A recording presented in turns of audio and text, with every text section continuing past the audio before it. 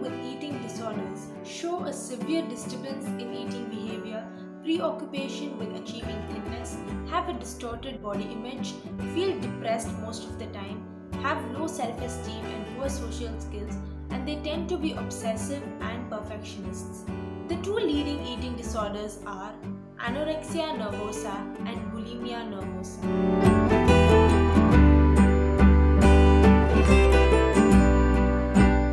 Eating disorders can affect individuals of all ages, ethnicity, and gender. Some of the risk factors that increases the possibility of developing an eating disorder are the biological factors. First is the role of genetics. Relatives of people with eating disorders are up to 6 times more likely than other individuals to develop the disorder. Next is low serotonin activity is observed in many people with eating disorders. So, because many patients with eating disorders respond well to treatment with antidepressants that target serotonin, some researchers have concluded that eating disorders involve disruption in the serotonin system.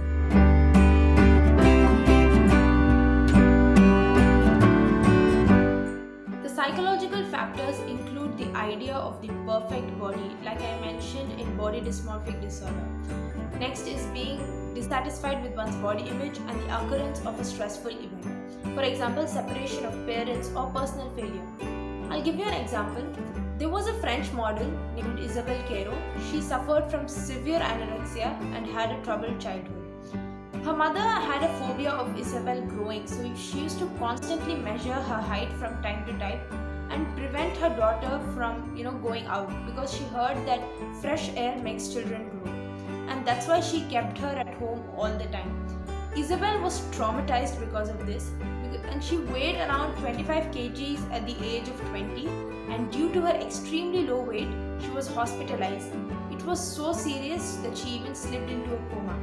She did recover, but she died at an early age.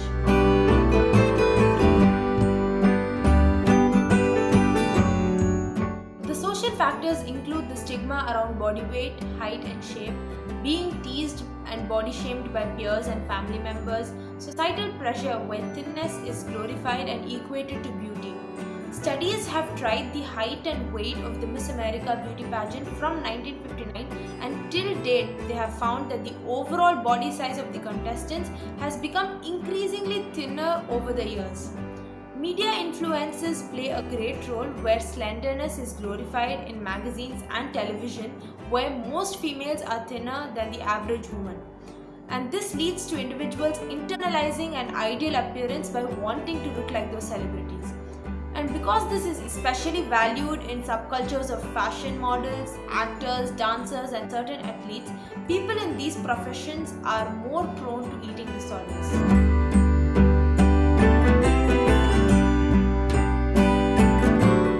Physical consequences of eating disorders include cardiac problems such as disrupted heart rate, low blood pressure, gastrointestinal problems such as constipation, colon damage, and repeated vomiting in bulimia may result in an electrolyte imbalance, that is, imbalance in sodium and potassium levels, which can result in kidney failure, seizure, cardiac problems, and other neurological problems which can be fatal.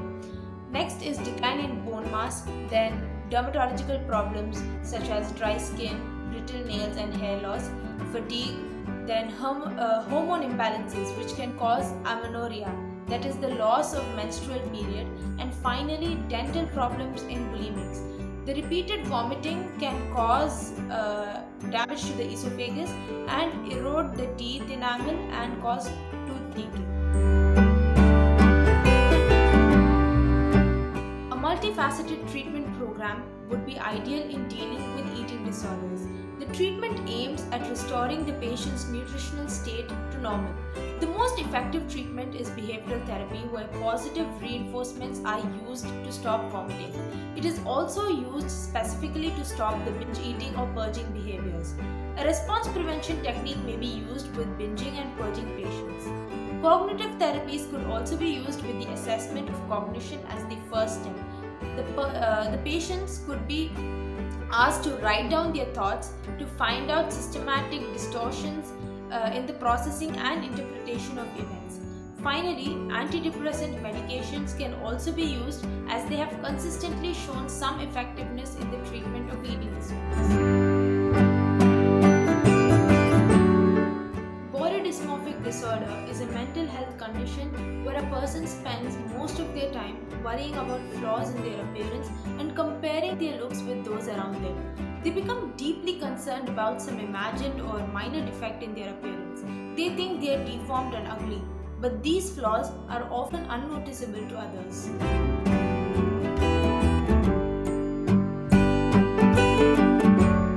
The most common areas of concern for people with body dysmorphic disorder include skin imperfections such as scars, acne, wrinkles, spots on the skin, and blemishes. They complain about having either excessive or very little hair. It includes hair on the body and the head. Facial features. Very often this includes the nose, but it might also involve the shape and size of other features such as the mouth, jaw, or eyebrows. They worry about their appearance of the feet, hands, breast, and other body parts. Body weight is also a concern as they obsess about it as well as the muscle tone. Some others are concerned about bad odors coming from their sweat, breath, genitals, or the rectum. Cause of BDD is unknown, but it seems to be occurring in the socio-cultural context that places great value on attractiveness and beauty. People who develop body dysmorphic disorder often hold attractiveness as their primary value, and their self-schemas are often focused on ideas such as, if my appearance is defective, then I'm worthless. And another cause of BDD is if these individuals were reinforced as children for their appearance more than their behavior. They may have been criticized or teased for their appearance, which may have caused conditioning of disgust, shame, or anxiety to their own image or some part of their body. It can also be acquired through modeling, that is, wanting to look like attractive models and actors. Their bodily concerns, they feel overly self-conscious and avoid going out in the public because they do not want others to notice their perceived imperfections and flaws. This preoccupation with imagined or exaggerated defect in appearance is extreme and causes significant distress or impairment in their lives as well as those around them.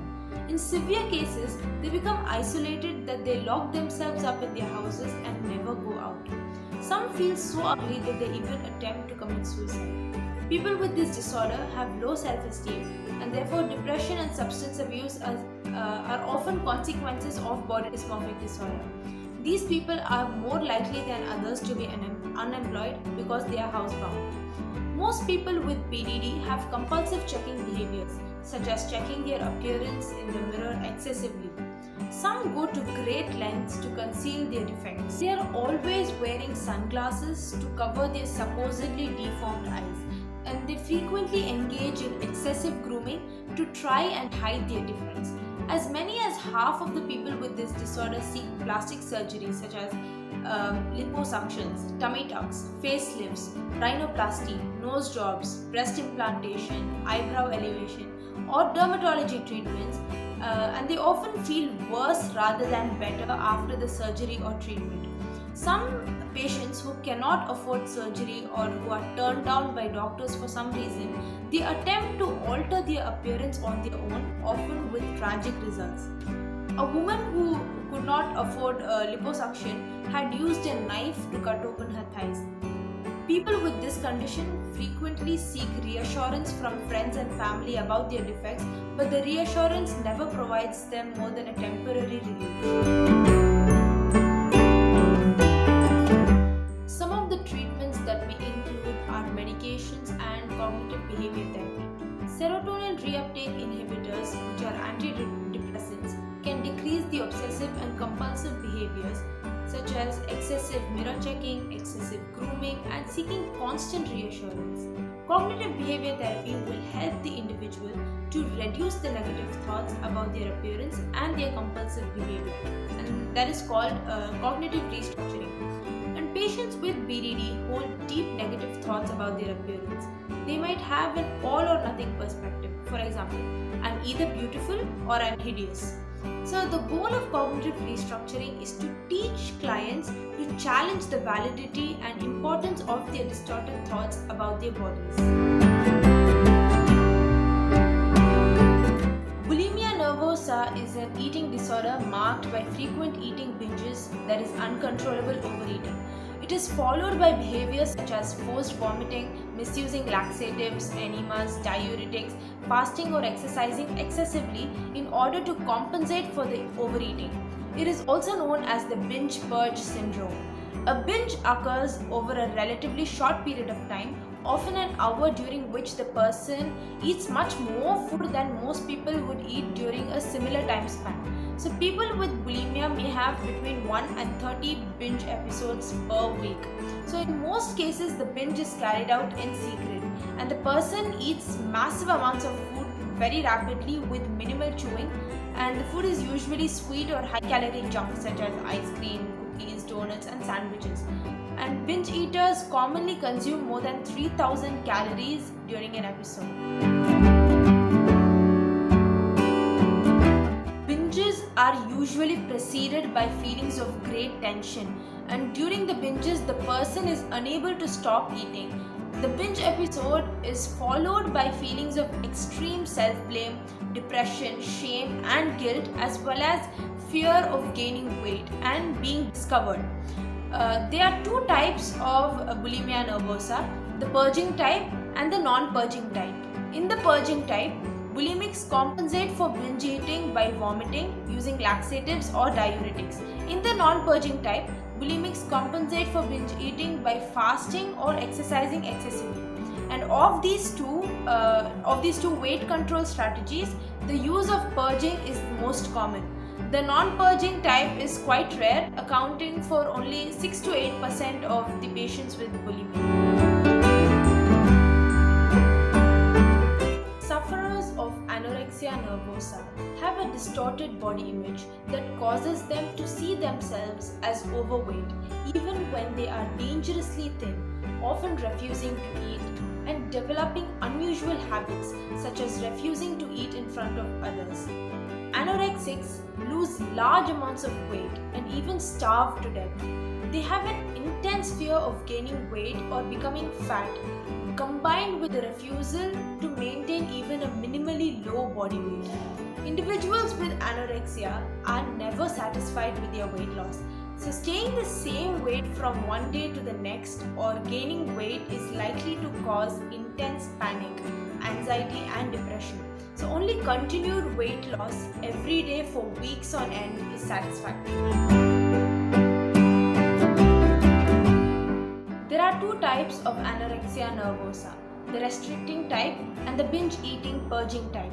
In the restricting type, they reduce their weight by dieting and calorie intake is tightly controlled. So they lose weight by a drastic reduction in their total food intake, with a disproportionate decrease in carbohydrates and other fatty foods.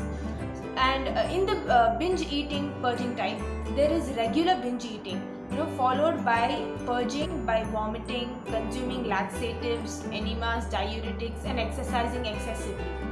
So those who practice binge eating and purging share many features with people who have bulimia nervosa. But unlike individuals with bulimia, binge eating purging anorexics binge on relatively smaller amounts of foods. 50% of the individuals who meet the criteria for anorexia engage in binge eating and purging type. Today, social media is a huge contributor to body dysmorphic disorder and eating disorder.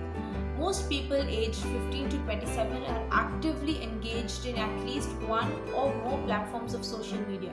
And it is no wonder that this generation has become so obsessed with the concept of perfection, where you're scrolling through your feeds and you're exposed to a highly curated selection of photos and snaps that are far from our reality.